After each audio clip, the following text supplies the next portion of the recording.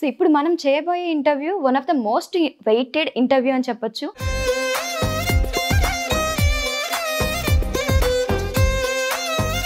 Hi మాన్షి.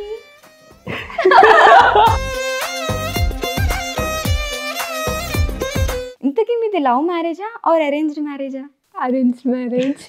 అంత అమాయకంగా ఉంటది కదా, ఆమె తోటి లవ్ చేయడం కష్టం.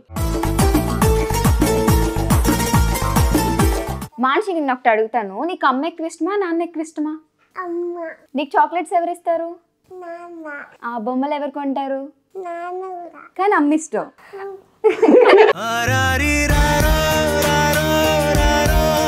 ప్రెగ్నెంట్ అయినా మ్యారేజ్ అయిన తర్వాత ఫస్ట్ హస్బెండ్ కే చెప్పాలనుకుంటారు నేమింగ్ సెరమోనీ అప్పుడు.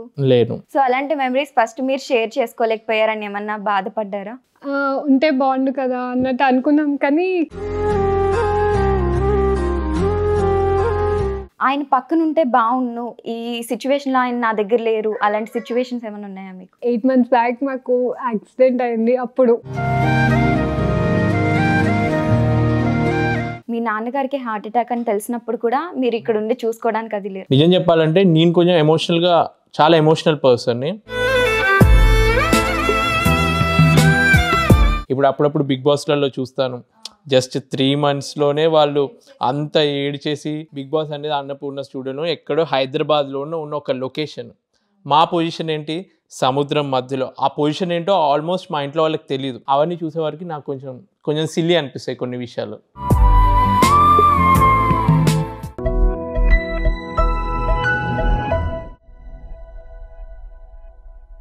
హాయ్ హలో అందరికీ నమస్కారం. నేను మీ ప్రియదాశ్రీ అండ్ వెల్కమ్ బ్యాక్ టు మన మీడియా. సో మనం ఇంటి నుండి ఎక్కడికి వెళ్ళినా సరే మళ్ళీ ఇంటికి వచ్చే వరకు అసలు మనశ్శాంతే ఉండదు. అటువంటిది ఆర్మీ, నేవీలో ఇలా వర్క్ చేసేవాళ్ళు కొన్ని నెలలు, కొన్నిసార్లు కొన్ని సంవత్సరాలు ఇంటికి దూరంగా ఉండి చాలా అకేషన్స్, ఫెస్టివల్స్ మిస్ అవుతుంటారు. సో ఇప్పుడు మనం చేయబోయే interview one of the most weighted interview అని చెప్పొచ్చు. ఎందుకంటే మీలో చాలామంది అడిగారు రాజ్ అద్వితి ఇంటర్వ్యూ కావాలి అనేసి. We're at Raj and Adviti's house now. And అలానే వాళ్ళతో పాటు చిచ్చర పిడుగు మాన్షి కూడా ఉంది. సో వాళ్ళతో మాట్లాడదాం రండి. హాయ్. హాయ్. హాయ్ మాన్షి. ఓకే, మీరు సముద్రాన్ని ఏమన్నా మిస్ అవుతున్నారా? లేదు, ప్రస్తుతానికి అయితే మిస్ అవ్వట్లేదా? ఓకే, ఇంతకీ మీది లవ్ మ్యారేజా ఆర్ అరేంజ్డ్ మ్యారేజా? Arranged marriage. అరేంజ్డ్ మ్యారేజ్ అని అలా చెప్పండి. అంత అమాయకంగా ఉంటది కదా, ఆమె తోటి లవ్ చేయడం కష్టం. ఎవరైనా లవ్ చేసినా అమాయకురాలేనా? అమాయకురాలే, అందరి ముందట అమాయకురాలు, నా ముందట మాత్రం అప్పుడప్పుడు భద్రకాళి అయిపోయింది. ఓకే. సో మీకు పెళ్లి చూపులు జరిగినప్పుడు ముందే చెప్తారు కదా, నేను ఇలా నావీలో వర్క్ చేస్తాను, ఇలా కొన్ని మంత్స్ బయట ఉండాలని చెప్పినప్పుడు మీ రియాక్షన్ ఏంటి? అంటే అప్పుడు అంత ఐడియా లేదు, అంటే ఏదో చెప్తున్నారులే అని అనుకున్నా, కానీ మరి ఇంత టూ లాంగ్ ఉంటుందని తెలీదు. సో రాజ్ గారు, అసలు అద్వితి గారిలో మీకు నచ్చిన క్వాలిటీస్ ఏంటి? ఫస్ట్ పెళ్లి చూపుల దగ్గర నుంచి వెళ్ళి ఫస్ట్ ఇంప్రెషన్ అనమాట. తను వస్తే కొంచెం భయపడుతూ అమాయకంగా వచ్చింది. ఏదో మనం పాతకాలం సినిమాలలో చూస్తాం కదా, ఆ రేంజ్లో నిజంగా యాక్టింగ్ చేస్తుందా, రియలా అని కొంచెం డౌట్ వచ్చినా కానీ తర్వాత తనతో విడిగా మాట్లాడినప్పుడు అర్థమైంది అనమాట, నిజంగానే కొంచెం అమాయకత్వం ఎక్కువ ఉంది అని చెప్పి. సో నాలాంటి ఒక ఏమంటారు కంట్రీ మెంటాలిటీకి అమాయకురాలు అయితే సెట్ అవుతుందని చెప్పి ఒప్పుకుంటున్నారా మీరు కంట్రీ మెంటాలిటీ అని? సో ఇప్పుడు అంటే 6 months ఇక్కడ, 6 months షిప్ లో ఉంటారా? మాక్సిమం అలానే ఉంటుంది, 6 months షిప్ లో, 6 months ఇంట్లో. ఓకే, మీరు నావీ మర్చెంట్ అంటే ఏం చేయాలి? ఇప్పుడు మెర్చెంట్ నేవీ అంటే వాణిజ్యం కోసం మనం యూజ్ చేస్తాం కదా, బిజినెస్ పర్పస్ లో జరిగే ట్రాన్స్పోర్టేషన్, ట్రేడ్ కి సంబంధించిన షిప్స్ ఎన్నో ఉంటాయి. మన వరల్డ్ లో 90% ట్రాన్స్పోర్టేషన్ ఇలాంటి షిప్స్ తోటే అవుతుంది అనమాట. అటువంటి షిప్స్ లో నేను మెరైన్ ఇంజనీర్ గా వర్క్ చేస్తున్నాను. నేను పర్టికులర్ గా చేసే షిప్స్ ఆయిల్ ట్యాంకర్ అనమాట. అంటే petrol, diesel, crude oil carry చేసే పెద్ద షిప్స్, ఆల్మోస్ట్ 300 meters పెద్దగా ఉంటది. సో అలాంటి ఒక పెద్ద షిప్స్ లో మిషనరీకి సంబంధించిన మెయింటెనెన్స్ ఇంజనీర్ అని అనొచ్చు మీరు, మెరైన్ ఇంజనీర్ నేను. ఓకే, సో అంటే సముద్రం మీద ఒక 6 months కంప్లీట్ దాని మీదనే ఉంటుంది. ఇప్పుడు ప్రస్తుతానికి అయితే నేను 6 months లో చేయొచ్చు. ఈసారి కొంచెం ఎక్స్టెండ్ ఎక్కువైపోయింది, కండిషన్స్ కొంచెం సూటబుల్ గా లేక 11 months చేయాల్సి వచ్చింది. అంటే మాకు సూటబుల్ పోర్ట్స్ లేక సో 11 months చేసాము. 11 months కంటిన్యూస్ షిప్ లో ఉన్నారు. ఇప్పుడు అద్వితి గారు జనరల్ గా ప్రెగ్నెంట్ అయినా మ్యారేజ్ అయిన తర్వాత ఫస్ట్ హస్బెండ్ కే చెప్పాలనుకుంటారు అలాంటి మెమరీస్ ఫస్ట్ కదా, కానీ మీకు చెప్పడానికి ఆయన లేరు మీరు ప్రెగ్నెంట్ అయినప్పుడు. ప్రెగ్నెంట్ అయినప్పుడు డెలివరీ టైంలో లేరు, నేమింగ్ సెరమోనీ అప్పుడు లేరు, అప్పుడు కూడా లేరు. సో అలాంటి మెమరీస్ ఫస్ట్ మీరు షేర్ చేసుకోలేకపోయారని ఏమన్నా బాధపడ్డారా? ఉంటే బాగుండు కదా అన్నట్టు అనుకున్నాం, కానీ కంపెనీ కొన్ని ఇష్యూస్ వల్ల సరేలే అంటే ఇప్పుడు ఒక కంపెనీలో వర్క్ చేసినప్పుడు వాళ్ళకి సరెండర్ అవ్వాలి కదా, వాళ్ళు పెట్టిన రూల్స్ అండ్ రెగ్యులేషన్స్. సో అలా అని మీకు అంటే ఎప్పుడన్నా అనిపించిందా ఈయన నావీ జాబ్ చేస్తున్నారు కాబట్టి 6 months దూరంగా ఉన్నారు, వేరే జాబ్ చేస్తే ఇలా ఉండేది కాదు కదా, ఎందుకు ఇలా అవుతుంది అని? అంటే చాలా మంది ఇలా ఫీల్ అవుతుంటారు, డెఫినెట్ గా చాలా మంది ఫీల్ అవుతారు, కానీ ఫ్రీడమ్ కూడా దొరుకుతుంది. ఇలాంటి answers never before ever after అసలు. కానీ చాలా మంది పెళ్ళైన వాళ్ళు ఎప్పుడు ఎక్కడికి వెళ్ళినా నేను తీసుకెళ్తా అనుకుంటా. మనకు కూడా కొంచెం ఫ్రీడమ్ దొరుకుతుంది. అంటే మీకు సింగిల్ గా ట్రావెల్ చేయడం, సింగిల్ గా వెళ్ళడం అలా ఇష్టమా? కానీ ఎప్పుడు వెళ్ళలేదు, ఓన్లీ మా పాపని స్కూల్లో డ్రాప్ చేసి తీసుకురావడం వరకే. కానీ ఆ ఫ్రీడమ్ కోసం ఆ ఫ్రీడమ్ అని కాదు, కానీ అలా కూడా వెళ్ళాలని ఉంది, కానీ మా పాప చిన్నది కదా, సో వదిలేసి వెళ్ళలేము. ఓకే, ఇప్పుడు మీకు మ్యారేజ్ అయిపోయింది కాబట్టి ఇప్పుడు రాజ్ గారు ఇష్టమా పాప ఎక్కువ ఇష్టమా అంటే ఎవరు ఎక్కువ అని చెప్తారు? పాపనే, ఎందుకంటే మా పెళ్ళై 5 years అయినా పాప పుట్టి 3 years. కాకపోతే నేను ఎక్కువ టైం స్పెండ్ చేసింది పాపతోనే. అయినా తక్కువ టైం స్పెండ్ చేసాం కాబట్టి ఇంకా ఎక్కువ ప్రేమ ఉండాలి కదా. ఇద్దరు డిఫరెన్స్ ఏముండదు, ఇద్దరు ఈక్వలే నాకు. మీరు అట్లాంటిక్ ఓషన్ వైపు ఎప్పుడైనా వెళ్ళారా? నేను ఆల్మోస్ట్ మేజర్ ఓషన్స్ ఏవైతే ఉన్నాయో, Indian ocean, Atlantic, Arctic, Pacific ocean, ఈ 4 oceans కవర్ చేశాను. ఈ లాస్ట్ టైం నేను షిప్ ఎక్కినప్పుడే మొత్తం ప్రపంచం మొత్తం చుట్టేశాను అనమాట. సో అన్ని సముద్రాలు అయితే కవర్ అయింది నాకు. అంటే అట్లాంటిక్ అనగానే మనకి టైటానిక్ షిప్ అది మునిగిపోయింది ఎక్కువ గుర్తొస్తుంటది వెంటనే ఐస్బర్గ్స్ వల్ల. ఇక్కడ 1 to 2 నైట్ టైంలో ఎక్కువ హీట్ వేవ్స్ చాలా ఎక్కువ ఉధృతంగా ఉంటాయి. మీకు ఆ ఎక్స్పీరియన్స్ ఎలా అనిపించింది? మాకేంటంటే మీరు పర్టికులర్గా టైటానిక్ గురించి చెప్తున్నప్పుడు మా షిప్ ఒక రూట్ ఎక్కువ వెళ్ళింది అనమాట.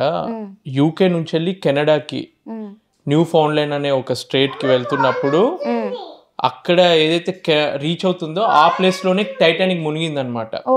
సో ఆ మునిగిన ఎక్కడైతే అది మునిగిన ప్లేస్ ఉందో షిప్ కూడా ఆల్మోస్ట్ అక్కడ నుంచి నియర్ బై వెళ్తూ ఉందన్నమాట. సో అదే టైంకి మీరు ఇది న్యూస్ వినే ఉంటారు కదా, ఒక టైటన్ సబ్మర్సిబుల్ అని చెప్పి పెద్ద పెద్ద బిలియనీర్స్ కూడా వెళ్ళి అది కొలాప్స్ అయిపోయి చనిపోయింది. సో ఆ ఇన్సిడెంట్స్ అన్ని మేము సేల్ అవుతున్నప్పుడే జరిగింది అనమాట. సో అది కొంచెం ట్రాజిడీ టైప్ అనిపించినా కానీ మాకు అంత రిస్క్ లేదు. ఇప్పుడు ఎంతో అడ్వాన్స్ టెక్నాలజీ వచ్చింది కాబట్టి మెర్చెంట్ నేవీ షిప్స్ లో ఈ మధ్య అంత ప్రాబ్లమ్ ఏం అవ్వట్లేదు ఇటువంటి ఇన్సిడెంట్స్. అంటే మీరు 6 months to 11 months ఇలా చాలా ఎక్కువ ఉన్నప్పుడు అక్కడ ఓన్లీ నాన్ వెజ్ అంటే ఫ్రోజన్ ఫుడ్సే ఎక్కువ తినాలి. ఫుడ్ ప్రాబ్లం అలాంటిది ఏం అవ్వదా మీకు? ఎక్కువ ఫ్రోజన్ ఫుడ్ తినడం వల్ల లాంగ్ టర్మ్ గా ఫ్యూచర్ లో హెల్త్ ఇష్యూస్ వస్తాయని అంటారు. ప్రస్తుతానికైతే ఇప్పటికైతే అలా అవ్వలేదు. కాకపోతే నేను బక్కగా ఉన్నాను అనుకుంటా, కానీ నాకు హై కొలెస్ట్రాల్ ఉంది ఇప్పుడు. ఎందుకంటే నేను అప్పుడప్పుడు కొన్ని కంపెనీస్ లో ఓన్లీ ఫారిన్ క్రూ ఉన్నారనమాట, ఇండియన్స్ లేకుండా నేను ఒక్కనే ఇండియన్, మిగిలిన వాళ్ళందరూ గ్రీక్ వేరే కంట్రీస్ వాళ్ళు ఉన్నారు. వాళ్ళ ఫుడ్ హ్యాబిట్స్ ఎలా ఉంటాయంటే మీట్, పోర్క్ ఇలాంటివి ఎక్కువ తింటారనమాట. సో అందులోనూ నేను సెలెక్టెడ్ గా ఓన్లీ చికెన్ మాత్రమే తింటాను. సో ఆ ఫ్రోజన్ ఫుడ్ వల్ల కొంచెం హెల్త్ ఇష్యూస్ ఉంటాయి, బట్ వేరే ఆప్షన్ ఉండదు. ఫ్రెష్ వెజిటబుల్స్ ఒకవేళ తీసుకోవాలి అనుకున్న అది 1 week or 10 days వరకు వస్తుంది. తర్వాత ఆ ఫ్రెష్ లీఫీ వెజిటబుల్స్ కూడా ఖరాబ్ అయిపోతాయి అనమాట. మామూలు మన ఫ్రిడ్జ్ లో పెట్టినా కానీ కొన్ని రోజులకి అది అయిపోతుంది కదా, ఫ్రెష్ గా ఉండదు కదా, అలా ఖరాబ్ అయిపోతాయి. కొన్ని రెడీమేడ్ గా ఫ్రోజన్ వెజిటబుల్స్ కూడా దొరుకుతాయి అనమాట, అవే కొంచెం తిని కొంచెం సర్వైవ్ అవుతాం. ఈయన పక్కన లేరు, ఈయన పక్కన ఉంటే బాగుంటుంది అలాంటి సందర్భాలు ఏమైనా ఉన్నాయా మీకు? ప్రస్తుతానికైతే ఏమి ప్రస్తుతానికి ఏం లేవు అసలు. మీరు లేకపోయినా సరే హ్యాపీగా అలవాటు చేసుకోవాలి కదా. ఇప్పుడు రా అంటే ఇమీడియట్ గా రావడం రావడానికి రాదు. పక్క స్టేట్ కంట్రీలో ఉంటే వచ్చే ఛాన్సెస్ ఉంటే రావడానికి, మిర్చిలో ఉంటే వాళ్ళకి ఆప్షన్స్ ఉన్నాయి కదా. సో ఆప్షన్ లేదు కాబట్టి అలా ఫిక్స్ అయిపోయారు. ఇంకా మాన్షి ఏమైంది మాన్షి? మాట్లాడద్దా? పాట కావాలా? పాట కావాలా? ఏం పాట? రోజు బీజా కాదమ్మా, ఓడియమ్మ బీట్ అదా? ఏ పాట కావాలి? మాన్షి నిన్న ఒకటి అడుగుతాను, నీకు అమ్మ ఎక్కువ ఇష్టమా నాన్న ఎక్కువ ఇష్టమా? అమ్మ. నీకు చాక్లెట్స్ ఎవరు ఇస్తారు? ఎవరు తెచ్చారు చాక్లెట్స్?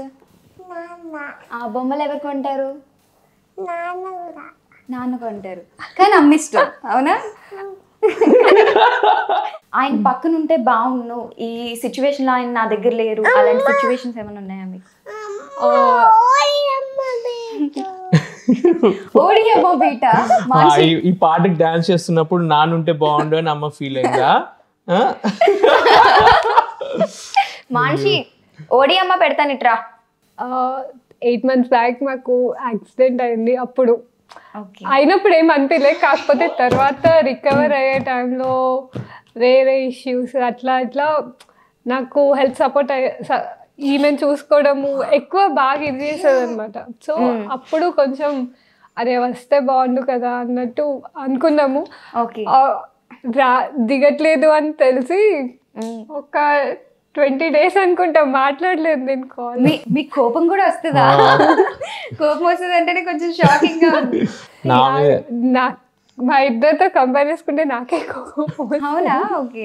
ఇంతకు ముందు ఈయన ట్రిప్కి వెళ్ళి వచ్చినప్పుడు 10 countries నుండి 30 బొమ్మలు తీసుకొచ్చారు పాపకి. ఇప్పుడు 10 countries నుండి మళ్ళీ 20 బొమ్మలు. మీకేం తెచ్చారు? లాస్ట్ టైం అయితే ఏం తీసుకొని రాలేదు, ఈసారి అయితే హ్యాండ్ బ్యాగ్ తీసుకొని వచ్చారు. పాపకేమో 30-40 బొమ్మలు, వైఫ్ కేమో ఒక సింగిల్ హ్యాండ్ బ్యాగ్. సో ఇప్పుడు వరకు అడగని కోరిక ఏమన్నా అంటే ఇప్పుడు అడిగేసేయండి, నాకు ఇది కావాలి అని. ఇంటర్వ్యూలో మాట ఇప్పించేద్దాం. అలాంటివి అయితే ఏం లేవు ప్రస్తుతానికి. ఓకే. అంటే నేను అడిగితే కాదు వద్దు అనే ఆన్సర్ రాదు, కాకపోతే కొంచెం లేట్ అయినా కానీ అది వస్తుంది అంతే. ఓకే. ఆయనతో ఇప్పటి వరకు మీకున్న ఒక బెస్ట్ మెమరీ మాకు షేర్ చేయండి. బెస్ట్ మెమరీ అంటే మేమిద్దరం బాలీకి వెళ్ళాం. ఓకే. 10 days. అప్పుడు బాగా ఎంజాయ్ చేసాం. అంటే ట్రెక్కింగ్ అవన్నీ బాగా అనిపించినాయి అప్పుడు. ఓకే. ఆయన గురించి ఒక సీక్రెట్ చెప్పాలంటే? సీక్రెట్ ఆయనకి మీకు తప్ప ఇంకెవరికి తెలియని సీక్రెట్ అలాంటివి ఏం లేవు ఇప్పటి వరకు అయితే ఏం లేవు. ఆల్మోస్ట్ అన్ని అందరికీ తెలుసు. మెరియానా ట్రెంచ్ అనేది ఒక డీపెస్ట్ పాయింట్ ఇక్కడ మనకి ఎర్త్ మీదనే. సో ఆ ప్లేస్ కి మీరు ఎప్పుడన్నా వెళ్ళారా? చాలా ఉధృతమైన వేవ్స్ అవి ఉంటాయి అనేసి విన్నాం. యా, అంటే మ్యాక్సిమం ఆ షిప్ రూట్స్ ఎలా ఉంటాయంటే ఎక్కడైతే రఫ్ వెదర్ ఉంటుంది ఆ రూట్ ని ప్రిఫర్ చేయదన్నమాట. ఇప్పుడు మనకి రోడ్ వేస్ ఎలా ఉన్నాయి, ఇక్కడ రోడ్స్ ఎలా అయితే ఉన్నాయో షిప్ లో కూడా మాకు ఒక రూట్ ఉంటుంది అనమాట. అంటే ఇట్లా ఏమి బౌండరీస్ ఉండవు, కాకపోతే నావిగేషన్ మేము అలా ప్రిపేర్ చేస్తాం. ఈ జనరల్ గా షిప్లు వెళ్ళే రూట్లు ఏవైతే ఉంటాయో అవే ఫాలో అవ్వకుంటూ వెళ్తాము. సో అటువంటి ఎక్కువ రఫ్ వెదర్ ఉన్నవి, ఇప్పుడు బర్ముడా ట్రయాంగిల్ గురించి మీరు వినే ఉంటారు, అక్కడ కూడా కొన్ని ప్లేన్స్ క్రాష్ అయిపోతాయి, మాయమైపోతాయి. నిజం చెప్పాలంటే అంత దారుణంగా ఏం జరగదు అనమాట. అక్కడ జస్ట్ కొంచెం క్లైమేటిక్ కండిషన్స్ కొంచెం రఫ్ గా ఉండేసరికి కొందరు ఇలా కొంచెం ఫాల్స్ న్యూస్ స్ప్రెడ్ చేస్తారు. సో అటువంటి ప్లేసెస్ ని మాక్సిమం అవాయిడ్ చేస్తాయి అనమాట షిప్స్ వెళ్ళడానికి. అంటే పాప పుట్టినప్పుడు మీ దగ్గర 2 months తర్వాత మీ నాన్నగారికి హార్ట్ అటాక్ అని తెలిసినప్పుడు కూడా మీరు ఇక్కడ ఉండి చూసుకోవడానికి అది లేరు. ఇలాంటి సిచ్యువేషన్స్ ని అసలు మీరే కాదు మీలాంటి వాళ్ళు అసలు ఎలా హ్యాండిల్ చేస్తారు? నిజం చెప్పాలంటే నేను కొంచెం చాలా ఎమోషనల్ పర్సన్ని. నేను అప్పుడప్పుడు ఏం ఫీల్ అవుతానంటే నాకన్నా ఎక్కువ కష్టంతో ఉన్న వాళ్ళు నా కొలీగ్స్ ఉంటారనమాట. సో వాళ్ళతో కొన్ని కంపేర్ చేసుకుంటా ఇలాంటి విషయాలలో. ఇప్పుడు మా డాడీకి హార్ట్ స్ట్రోకే వచ్చింది. లాస్ట్ షిప్ లో నేను పనిచేస్తున్నప్పుడు నా బెస్ట్ ఫ్రెండ్ ఒక అతను ఉన్నాడు అనమాట. తనకు ఒక షిప్ లో వాళ్ళ నాన్న ఎక్స్పైర్ అయ్యారనమాట. సో అది అతను హ్యాండిల్ చేసాడు. కాకపోతే తను దిగి వెళ్ళలేకపోయాడు, ఎందుకంటే షిప్ సముద్రంలో ఉంది, సూటబుల్ కండిషన్స్ లేక షిప్ దిగలేకపోయాడు. సో తనే అంత సిచ్యువేషన్ ఫేస్ చేసినప్పుడు నాన్నని చూసుకోవడానికి మా అన్నయ్య యుఎస్ నుంచి వెళ్ళి వచ్చాడు, మా బాబాయ్లు ఉన్నారు, ఫ్యామిలీ మొత్తం ఉంది, డాడీని చూసుకుంటారు, అమ్మ కూడా ఉంది నాన్నకు తోడు అన్నట్టు అలా కొంచెం నన్ను నేను సాటిస్ఫై చేసుకుంటాను మ్యాక్సిమం అన్ని సిచ్యువేషన్స్లలో. Okay okay. నేను చెప్పాను కదా మా ఫ్రెండ్ ఒక అతను ఉన్నాడు, రాబిన్సన్ అతని పేరు. మామూలుగా నేను రోజు హ్యాపీగా నవ్వుతూనే ఉంటాం, మంచి ఫ్రెండ్స్ అనమాట. ఇప్పుడు షిప్లో ఎలా ఉంటుంది అంటే ఇన్ని నెలలు 6-7 months ఒకే మనకు తెలిసిన వాళ్ళతో ఉంటే అందులో ఒక ఫ్రెండ్ ఉంటే తనతోటి మొత్తం షేర్ చేసుకుంటాం కదా, అంత షేర్ చేసుకున్నా కానీ ఏనాడు నాకు తెలియదు అనమాట తన లైఫ్లో ఏం జరిగిందో. ఒకరోజు ప్రతిరోజు నవ్వుతూ పలకరించేటోడు మార్నింగ్ ఎందుకు పలకరించట్లేదు అని ఒక డౌట్ వచ్చింది. తర్వాత డౌట్ వచ్చి అడిగేసా డైరెక్ట్, నువ్వు రోజు హ్యాపీగా ఉండేటోడివి ఈ రోజు ఎందుకు ఇంత డల్గా ఉన్నావు అని అంటే, ఈరోజు మా నాన్న చనిపోయిన రోజు అని చెప్పిండు అనమాట. సో చెప్పినప్పుడు సరే ఏంటి ఏం జరిగింది అని అంటే, తన కిడ్నీ ఫెయిల్యూర్ వల్ల తను ఎక్స్పైర్ అయ్యనమాట. సో ఆ టైంకి షిప్లో ఉన్నాను, మా బెస్ట్ ఫ్రెండ్ తన బెస్ట్ ఫ్రెండ్ అనమాట. అక్కడ మొత్తం ఒక కొడుకు చేయాల్సిన కార్యక్రమాలన్నీ తను చేశాడనమాట. సో అలా తన ఎక్స్పీరియన్స్ షేర్ చేసుకున్నాడు. సో ఇటువంటివన్నీ నేను చూసినప్పుడు నాకు అనిపిస్తుంది, నాకున్న బాధ వాళ్ళ బాధతో కంపేర్ చేస్తే తక్కువే కదా అన్నట్టు. ఇప్పుడు అప్పుడప్పుడు బిగ్ బాస్లలో చూస్తాను, జస్ట్ 3 monthsలోనే వాళ్ళు అంత ఏడ్చేసి నాకు అనిపిస్తుంది 3 monthsకే మీకు ఇంత బాధ. మీ అందరికీ తెలుసు బిగ్ బాస్ అనేది అన్నపూర్ణ స్టూడియోను ఎక్కడో హైదరాబాద్లోనూ ఉన్న ఒక లొకేషన్. మా పొజిషన్ ఏంటి, సముద్రం మధ్యలో. ఆ పొజిషన్ ఏంటో ఆల్మోస్ట్ మా ఇంట్లో వాళ్ళకి తెలియదు. అది ఈ ఓషన్లో ఉంది, ఎక్కడున్నారో నువ్వు అంటే ఇండియన్ ఓషన్లో ఉన్నా, అట్లాంటిక్ ఓషన్లో ఉన్నా అని అంట. అంటే అంత పెద్ద ఓషన్లో ఎక్కడున్నానో కూడా ఎగ్జాక్ట్ లొకేషన్ ఇంట్లో వాళ్ళకి తెలియదు. అయినా వాళ్ళు నమ్మకంతో ధైర్యంతో అలవాటు పడిపోతారు. నాకు ఎలాగో అలవాటు కాబట్టి నాకేం ప్రాబ్లం ఉండదు. సో ఇటువంటివి చూసినప్పుడు నాకు కొంచెం ఆర్టిఫిషియల్ అనిపిస్తుంది అనమాట. నా లైఫ్ స్టైల్కి నేను ఎన్నో ఎక్స్ట్రీమ్స్ చూశాను, అవన్నీ చూసేవారికి నాకు కొంచెం సిల్లీ అనిపిస్తాయి కొన్ని విషయాలు. ఓకే, అంత అలవాటు పడిపోయారు మీరు బ్లూ వేల్స్ ని, షార్క్స్ ని ఇలా చూసారు. అవి అదృష్టం బాగున్నప్పుడు కొన్ని ఓషన్స్లో అవి పర్టికులర్ లొకేషన్స్లో ఉంటాయి అన్నమాట. ఈ వేల్స్ కానీ ఏంటంటే కొన్ని కెనడాకి దగ్గరలో, కొన్ని ఆస్ట్రేలియాకి దగ్గరలో ఆ ప్లేసెస్లో ఎక్కువ ఉంటాయి అనమాట. ఇప్పుడు మన దగ్గర కూడా ఈ అడవిలో ఈ యానిమల్స్ ఉంటాయి అన్నట్టు ఎలానో సముద్రంలో కూడా అక్కడ ఎక్కువ ఉంటాయి అనమాట. ఈ కెనడా సైడ్ వెళ్ళినప్పుడు ఈ వేల్స్ని చూశాను అనమాట. అవి ఏంటంటే చాలా ప్రశాంతంగా వాటి వేలో అవి జీవిస్తాయి అనమాట. మనమే మనుషులము ఈ ట్రేడ్ బిజినెస్ చేయాలన్న ఉద్దేశంతో షిప్పుల్ని ఇవన్నీ తయారు చేసి అవి వాటి దారిలో వెళ్తున్నప్పుడు అప్పుడప్పుడు షిప్ వెళ్ళి వాటిని గుద్దుకొని కొన్ని వేల్స్ కూడా చనిపోయే ఛాన్స్ ఉంటుంది అనమాట. సో అది దానికి ఏంటంటే అవి దాని వినికిడి శక్తి వేరే రేంజ్లో ఉంటుంది, మన షిప్ వేరే రేంజ్లో ఉంటుంది అనమాట. షిప్ వచ్చే సౌండ్ కూడా దానికి తెలియదు అనమాట. సో అప్పుడప్పుడు అలా యాక్సిడెంట్స్ అవుతూ ఉంటాయి. మీ లైఫ్లో ఎప్పుడన్నా ఇలా సముద్రంలో ఉన్నప్పుడు లైఫ్ అండ్ డెత్ సిచ్యువేషన్, ఒక అడ్వెంచర్ లాగా ఏమైనా జరిగిందా? మోస్ట్ రిస్కీ సిచ్యువేషన్ అంటే నా వరకు అవ్వలేదు, కానీ నేను ఎన్నో స్టోరీస్ విన్నాను అనమాట. స్టోరీస్ ఇన్ ద సెన్స్ నాతో పాటు వర్క్ చేసే వాళ్ళు వేరే షిప్లలో వర్క్ చేస్తుంటారు కదా, వాళ్ళు చెప్తారు అన్నమాట. ఆల్ ఆఫ్ ఏ సడన్ షిప్లో నేను వర్క్ చేసే ఇంజిన్ రూమ్ కానీ అక్కడ ఒక చిన్న ఫైర్ అంటుకున్నా కానీ అది మొత్తం స్ప్రెడ్ అయిపోతుంది. వెంటనే అందులో ఫైర్ ప్రొటెక్షన్ కోసం ఎంతో ఎక్విప్మెంట్ ఉంటుంది. ఒకవేళ అది ఫెయిల్ అయిపోయి కరెక్ట్ ఎక్స్టింగ్విష్ అవ్వకపోతే విత్ ఇన్ సెకండ్స్ అది మొత్తం షిప్కి స్ప్రెడ్ అవుద్ది. ఇప్పుడు నేను వర్క్ చేసేది ఆయిల్ ట్యాంకర్. ఇప్పుడు పెట్రోల్ బంక్ దగ్గర ఒకవేళ చిన్న పేలుడు జరిగింది అనుకో, అది స్ప్రెడ్ అయ్యి ఇంకా పెద్దది అయ్యే ఛాన్స్ ఉంటుంది కదా, రిస్కీ. ఇక్కడ మా షిప్లో 1,00,000 టన్నుల ఆయిల్ ఉంటుంది. 1,00,000 టన్నుల ఆయిల్ అంటే ఊహించుకోండి, అక్కడ కనుక పేలుడు జరిగితే ఎంత రిస్కీ. సో అటువంటి లైఫ్ అండ్ డెత్ సిచ్యువేషన్లో యాక్టివ్గా ప్రోయాక్టివ్ ఉండాలన్నమాట. మాకు ట్రైనింగ్ ఇస్తారనమాట. ఇటువంటి సిచ్యువేషన్ వస్తే ఫైర్ ఫైటింగ్ ఎలా చేయాలి అని ముందే ప్రాక్టీస్ చేస్తాం. కొందరికి అవన్నీ షిప్లో జాయిన్ అవుతున్నారు అని అంటే వాళ్ళకి స్విమ్మింగ్ రావాలి. అలా అని చెప్పి మొత్తం స్విమ్మింగ్ చేసి ఒడ్డు వరకు జస్ట్ ఒక లైఫ్ బోట్, ఒక చిన్న లైఫ్ బోట్ ఉంటుంది అనమాట. టైటానిక్ చూస్తే మీకు తెలుస్తుంది, లైఫ్ బోట్లు వేసుకున్న వాళ్ళు ఎలా తప్పించుకుంటారు. పొరపాటున అది ఎక్కుతున్నప్పుడైనా కింద పడిపోయినా కానీ లైఫ్ జాకెట్ వేసుకోకపోతే కనీసం ఫ్లోట్ చేయడానికి మినిమం స్విమ్మింగ్ రావాలి కదా, అందుకని స్విమ్మింగ్ వచ్చిన వాళ్ళనే తీసుకుంటారు దీంట్లో. పైరేట్స్ ని ఎప్పుడన్నా ఎదుర్కోవడం అలా జరిగిందా? పైరేట్స్ అంటే తెలియని వారికి చెప్తున్నాను. ఇప్పుడు పెద్ద పెద్ద షిప్స్ వెళ్తున్నప్పుడు సముద్రంలో చిన్న చిన్న బోట్స్ లో వచ్చి షిప్ లో ఉన్నవి దొంగతనం చేయడానికి కొన్నిసార్లు చంపేస్తుంటారు కూడా.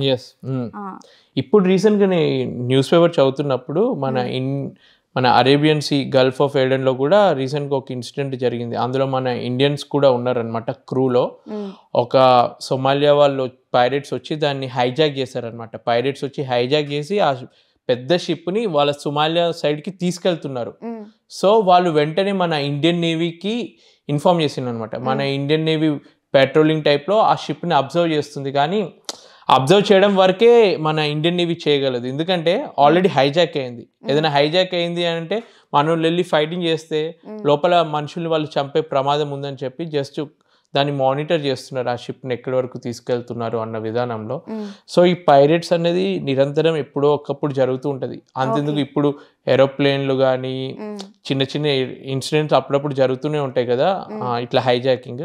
ఈ పైరేట్స్ అనేది షిప్పింగ్లో కామన్ అనమాట. ఎందుకు పైరేట్స్ అటాక్ చేస్తున్నారు అని అంటే అది వాళ్ళకు ఒక మనీ మేకింగ్. ఇప్పుడు సొమాలియా అనేది బాగా పేద దేశం. సో అటువంటి పేద దేశానికి ఇది వాళ్ళకు ఒక ఉపాధి అనమాట. సో ఇలా ఈ షిప్ని పట్టుకుంటే ఇంత డబ్బు వస్తుంది అన్న విధానంలో వాళ్ళు పైరేట్స్ అటాక్ చేస్తూ ఉంటారు. మీకు అలాంటివి నాకు అలాంటి డేంజరస్ ప్లేసెస్లో వెళ్ళాను, మాకు ట్రైనింగ్ ఇచ్చారనమాట. నాకు తెలిసిన వరకు ఏంటంటే అలాంటి ఒక చిన్న బోట్ వస్తుంది అనగానే మేము ఎన్నో ప్రికాషన్ తీసుకుంటాం. మా దగ్గర ఫైర్ హోసెస్ ఉంటాయి అనమాట. ఫైర్ హోసెస్ పెట్టి వాళ్ళని కొంచెం భయపెట్టడము, లేదంటే ఆర్మ్ గార్డ్స్ని పెట్టుకుంటాం అనమాట. వాళ్ళు వస్తున్నారు అని తెలియగానే గన్నుతోటి పేలుస్తూ ఉంటాం. సో మేము పేల్చాము, ఆర్మ్ గార్డ్స్ దానికి సపరేట్ ఉంటారు అనమాట. ఆ పేల్చేసరికి వాళ్ళకి భయం వేస్తుంది అనమాట. ఈ షిప్లో ఆల్రెడీ గన్ తోటి పేల్చేటోళ్ళు ఉన్నారు అని చెప్పి భయంతో వాళ్ళు దగ్గర రారు. షిప్ స్పీడ్ పెంచుకొని వెళ్తాము. సో అటువంటి కొన్ని టెక్నిక్స్ యూజ్ చేస్తాం మేము. ఫర్ ఎగ్జాంపుల్ నార్మల్గా షిప్లో ఉన్నప్పుడు కానీ ఎవరైనా చనిపోవడం కానీ ఏదైనా ఇబ్బంది వాళ్ళు జరిగితే వెనక్కి తీసుకురావడం ఎలాగా, అంటే వెంటనే జరుగుతాయా అవి? వెంటనే అంటే ఒక మనిషి పొరపాటున షిప్లో చనిపోయాడు అని అంటే మినిమం 1 month పట్టుద్ది వాళ్ళు ఇంటికి రావడానికి. నేను చెప్పేది మినిమం. కోవిడ్ టైంలలో కొన్ని సిచ్యువేషన్స్ ఎలా జరిగిందంటే మనిషి చనిపోతే ఇక ఇండియాకి ఆ బాడీ రావట్లేదని చెప్పి ఫ్యామిలీ మెంబర్స్ సరే బాబు ఎక్కడైతే బాడీ ఉందో అక్కడే అంతిమ సంస్కారాలు చేయండి అని చెప్పి వదిలిపెట్టిన సందర్భాలు ఉన్నాయి. ఇప్పుడున్న ప్రజెంట్ సిచ్యువేషన్ ఏంటంటే నేను సింపుల్ ఎగ్జాంపుల్ చెప్తాను. మన ఇండియాలో జరిగిన సిచ్యువేషన్, నార్త్ ఇండియా బెనారస్ దగ్గర ఒక ఫ్యామిలీ తమిళనాడుకి రామేశ్వరం దగ్గరకు వస్తారు.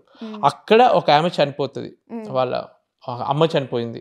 అమ్మ చనిపోతే ఆ బాడీ మళ్ళీ బెనారస్కి వెళ్ళడానికి వాళ్ళకి ఒక 3-4 days పట్టింది.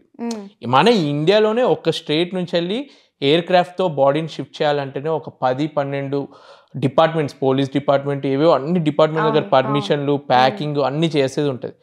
మన దేశంలోనే ఇంత ప్రొసీజర్ ఉంటే సముద్రంలో ఎక్కడో చనిపోయాడు, అది ఏ దేశము కాదు, అది చనిపోయిన బాడీ నెక్స్ట్ ఏదైతే పోర్ట్కి వెళ్తుందో అక్కడ వాళ్ళని దింపుతారు.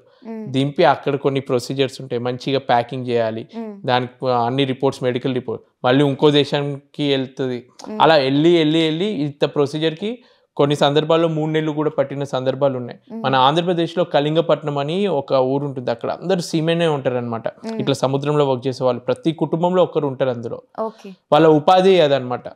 సో ఆ ఊర్లో వెళ్ళి మీరు అడిగితే వాళ్ళ ఒక్కొక్కరి ఇంట్లో ఒక్కొక్క స్టోరీ ఉంటుంది. ఇలా అంటే అక్కడ ఎక్కువ మంది ఉంటారు కదా, అలా చనిపోయిన వాళ్ళు, లేట్ గా బాడీ వచ్చిన ఎన్నో అట్లా చెప్తూ ఉంటారు వాళ్ళు. ఇఫ్ ఇన్ కేస్ 3 months అలా అయితే ఇంకా బాడీని అంటే ఫ్రోజన్ లో అలానే ఇక ఫ్రోజన్ లో పెట్టి ఇక వాళ్ళకు ఒకవేళ ఇదంతా ఎందుకు మాకు తలనొప్పి, ప్రశాంతంగా ఆ బాడీని అక్కడే అంతిమ సంస్కారం చేయమన్నా అది మంచిదే. ఇంకో ఆప్షన్ ఉంటుంది. కానీ అక్కడ అంతిమ సంస్కారాలు ఎలా చేస్తారు అంటే సముద్రం వాళ్ళ ఒకవేళ సముద్రంలోనే చేయాలి అని అంటే ఆ ఆప్షన్ కూడా ఉంటుంది. ఫ్యామిలీ మెంబర్స్ని అడుగుతారు అనమాట, ఇప్పుడు ఈ బాడీని మీకు పంపాలి అని అనుకుంటే చెప్పండి, మేము పంపుతాం, ఎలాగైనా ఇన్ని రోజులు పట్టే ఛాన్స్ ఉంటుంది అని వాళ్ళు చెప్తారు.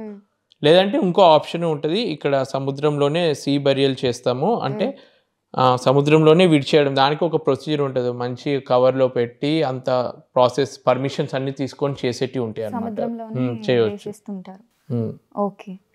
అసలు ఇలాంటివి వింటుంటే అంటే జనరల్ గా సినిమాలో అలా వింటుంటాము, నిజంగా జరిగాయి. నా వరకు నేను ఓన్ గా నా కళ్ళతోటి అట్లా చూడలేదన్నమాట. నాకు చూడాలని లేదు.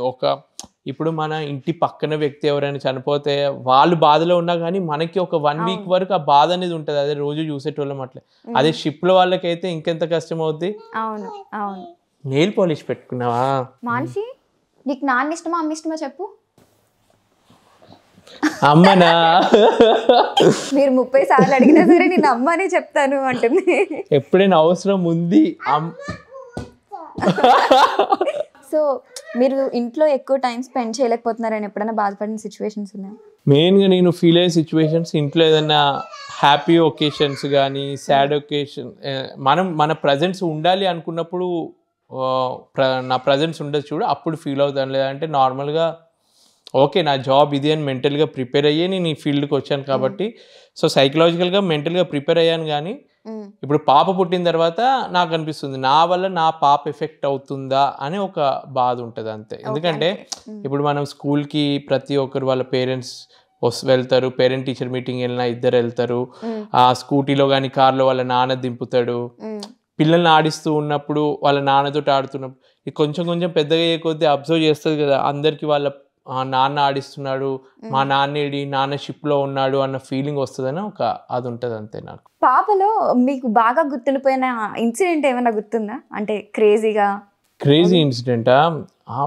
నిజం చెప్పాలంటే నేనే ఆశ్చర్యపోతాను. ఇప్పుడు జస్ట్ 3 years కూడా అవ్వలేదు, ఇంకా 15 daysలో 3 years పడతాయి. ఇప్పుడే ఇంత మాట్లాడుతుంది, నేను ఎక్స్పెక్ట్ చేయను అనమాట.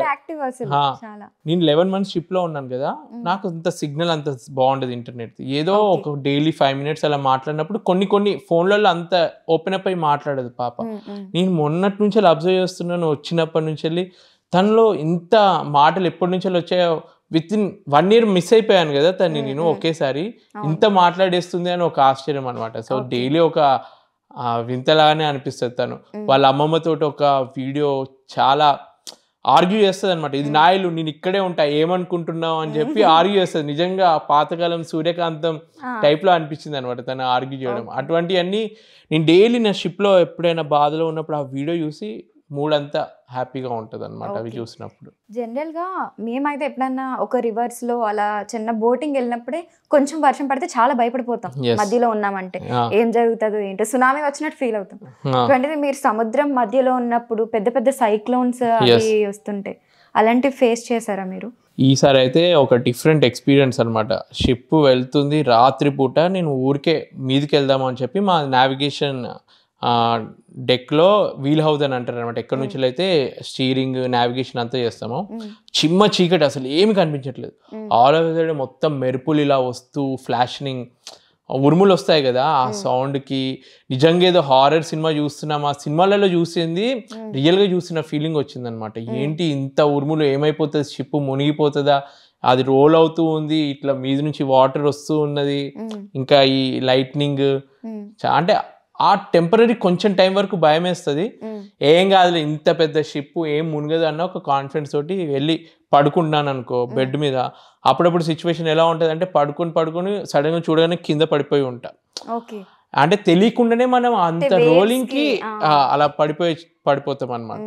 అలాంటి సిచ్యువేషన్స్ ఎప్పుడో ఒకసారి జరుగుతూ ఉంటాయి రఫ్ వెదర్ లో ఉన్నప్పుడు. మొత్తానికి చాలా పెద్ద పెద్ద షిప్స్ లో మీ ట్రావెలింగ్ ఉంటుంది అండ్ సముద్రాలు అన్ని కూడా కవర్ చేస్తారు.